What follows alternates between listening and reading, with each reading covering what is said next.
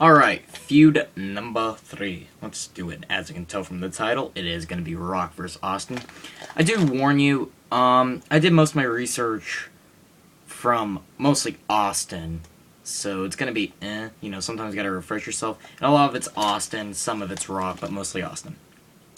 So you can kind of a little bit track this down back to Royal Rumble 1998, as Austin eliminated Rock in that Royal Rumble, which again set up Austin versus Michaels and at WrestleMania, but that's a different feud. If anybody wants me to do Austin and Michaels feud, it wasn't really that long, but if somebody actually wants me to do it that bad and make them involved in a Mike Tyson, I guess, inbox me for that one. This kind of led to WrestleMania 17 out of later time. Well, actually, first it was Royal Rumble 1999, where pretty much McMahon screwed Austin by eliminating him in the Royal Rumble with the help of Corporation, of course. But McMahon, he was winning Royal Rumble. He said, "Oh no, I don't want the title shot, man. I'm the boss. I don't have to." But the commissioner at the time, Shawn Michaels, said, "Well, I will award Austin the shot if he can beat you in a steel cage match." What happened here is they had a steel cage match in Raw, Austin versus McMahon. This was also the debut of Big Show when he came out from under the ring, pretty much threw Austin to the cage fell, and Austin rolled down to the floor, so Austin was your winner. Of course, this built up to WrestleMania 17, as I said, where Austin faced The Rock in a very good match, probably their best of 3, and I will be addressing all 3. Austin wins, of course, and the traditional babyface comes out top when the heel looks like dominating. One of the things that's going to happen is Mr. McMahon was like, "I'm the special referee," and Shawn Michaels was like, fuck off. So, that was pretty nice, although McMahon did get involved in the match, but it wasn't, because Mankind also kind of helped out. You had the Mankind wanting to get back at The Rock, and you had so many fucking referees in this match. It wasn't necessarily a clusterfuck, it was one of those, oh my god, what's going to happen kind of things. It's better. Sometimes it works, sometimes it doesn't. In this case, it worked. Alright, so pretty much we continue on with the McMahon and Austin feud. Again, that's a different feud for a different time, but just note that between here and Survivor Series of this year, you had pretty much an Undertaker versus Austin feud. So yeah, this kind of built on to where Triple H, The Rock actually hit Austin in his sledgehammer with a match with Triple H and Austin. So Triple H was your champion. It happened Survivor Series 1999. Austin versus Triple H versus Rock was supposed to take place. Unfortunately, the match never happened, which I thought would be a very good match. The storyline here was that Austin got hit by a car. He was run down. And pretty much the reason they did this is Austin needed neck surgery since his memorable SummerSlam 1997 incident where Owen Hart botched the tombstone. So, 1997 all the way to practically the end of 1999, he went that long without neck surgery. I'm sorry, but business-wise, I don't know if that was very smart, but luckily he did make it all the way through that time. But whatever, that's Austin for you.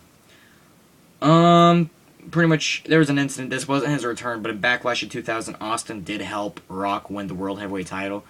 Yeah, you could say it didn't make sense, and these two were practically feuding, but you also gotta remember that Austin kind of had his trouble with Triple H. So, yeah, that whole thing happened.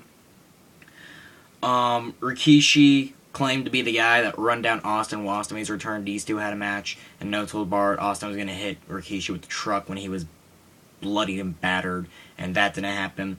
Triple H claimed he was the mastermind. This led to their pretty good match at Survivor Series 2000 between these two. The match never really ended, but it was a hell of a match. Go check that out.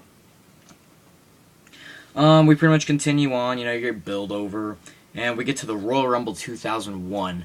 Rock and Austin were in this match, although they really didn't come in that much contact. It was a hell of a Royal Rumble, probably one of my favorites, with Big Show chokeslamming Rock through the fucking announcer table, and Triple H beating the fucking hell out of Austin when he's coming down the ramp. Oh boy. This ends with Austin eliminating Kane, so that was alright, I guess. But it was a very good Royal Rumble, so check out Royal Rumble 2001 as well. Oh boy, so we pretty much, through time, Austin was wanting to fight Triple H earlier, which is stupid, kind of trying to pull a Super Cena. Whatever. But pretty much Rock, before WrestleMania came around, Rock would beat Triple H for the belt, leading up to number 2, Rock versus Austin. This was a stupid time where Austin turned heel. Yes, Austin turned heel. Siding with McMahon, being a fucking ass kisser along with Kurt Angle. Oh, I don't even want to talk about it. Mostly because it does involve next time Rock and Austin will meet up, Rock will be away filming movies during this time. Until Survivor Series 2001. Where Team Austin versus Team Rock, which is practically WCW and ECW versus WWF, this would finalize, who wins? And pretty much Kurt Angle was this deciding factor, making Austin lose. So WWF won, of course, no fucking surprise. But whatever. So pretty much Team Rock beats Team Austin. You get your build up, the Royal Rumble 2002. Austin didn't even win. 2002 was a very bad year for Austin. And I don't mean that as, he was treated wrong. I mean that, he's a fucking crybaby bitch in 2002. I respect Austin, but if all the things I've read and heard about Austin 2002 are true, he's kind of a bitch. So, you get the WrestleMania match with Rock and Hogan, which was very good. And Austin beat Hall at that WrestleMania in 2002 as well.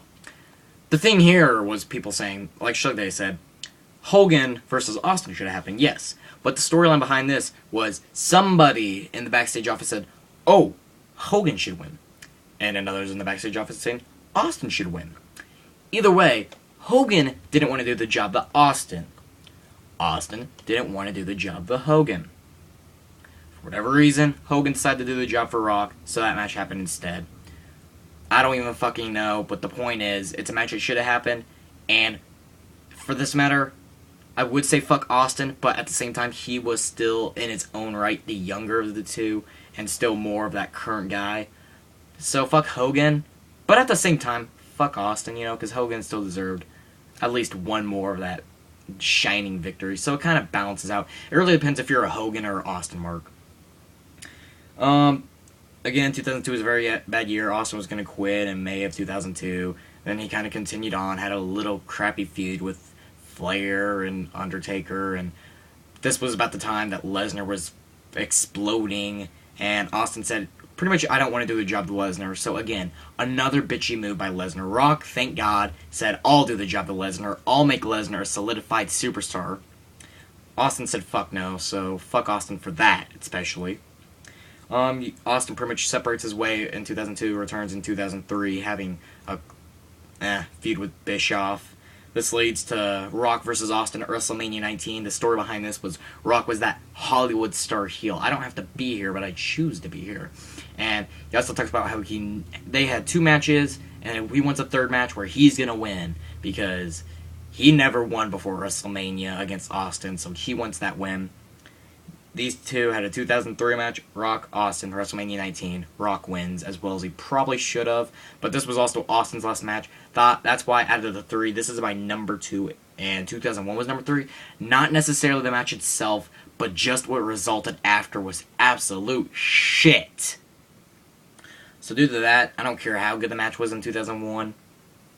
The result, the after effect, and the way it ended at that WrestleMania night, yeah, if you're going to do it at WrestleMania, but you shouldn't have done it at all. It was crap. Oh my god. But whatever, the feud between Rock and Austin, I mean, yeah, it was one of those feuds that was built over time. It wasn't even one of those bloody fucking feuds. It was nice. It had those kind of teaming up moments. It also had the going against each other moments. So the feud in my mind gets about an A-, B+. The only reason I don't give it higher, it's just because I don't know how to explain it. There's just something about this feud that didn't make it the greatest feud of all time. There's just something about it that went wrong. I like how they had the best of 3 kind of thing, but I think what they should have done maybe is have Austin, Rock, Austin wins, Rock, Austin, Rock wins, and then have the final 3. If they plan on doing 3, I don't know what they're doing, but the feud overall was pretty good. Not much to say. You can check out all 3 of those matches. You can probably find them on here on YouTube. I enjoyed all 3 of them very much, except for 2001, The After Effect.